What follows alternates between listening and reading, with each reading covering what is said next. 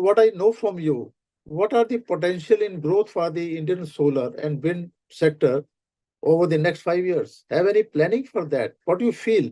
How the India will stand by 2030? Because it feel that 50% of our solar will be met from the energy will be met from the solar sector, or you can say renewable energy. See, till 2030, you mentioned the numbers. Currently, we are at 82 gigawatts, and it will probably go to 500. And Yes, sir. wind will also grow in similar proportions. And the math is 1 gigawatt requires 4,000 crores of investments.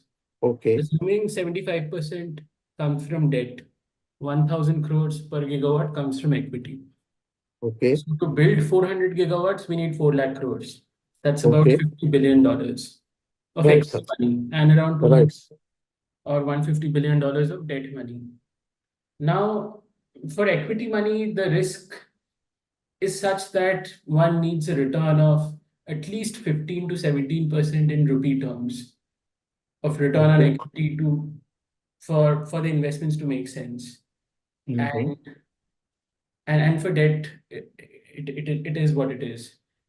And currently, we have seen some pretty low bids in the recent past, where maybe even that 15% return on equity may not be met. And this is something that is our hypothesis.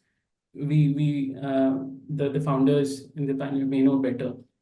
But there has to be some rationalization within that. But yes, of course, there are pockets of energy, pockets of opportunity, even in renewable energy space in India. And one space which I think is pretty interesting is I'm personally invested in a spinning company in South India.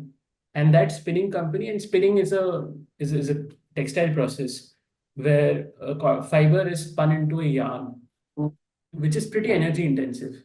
And the company used to use quite expensive power from state discoms, and it has replaced it using wind and solar on its own facilities.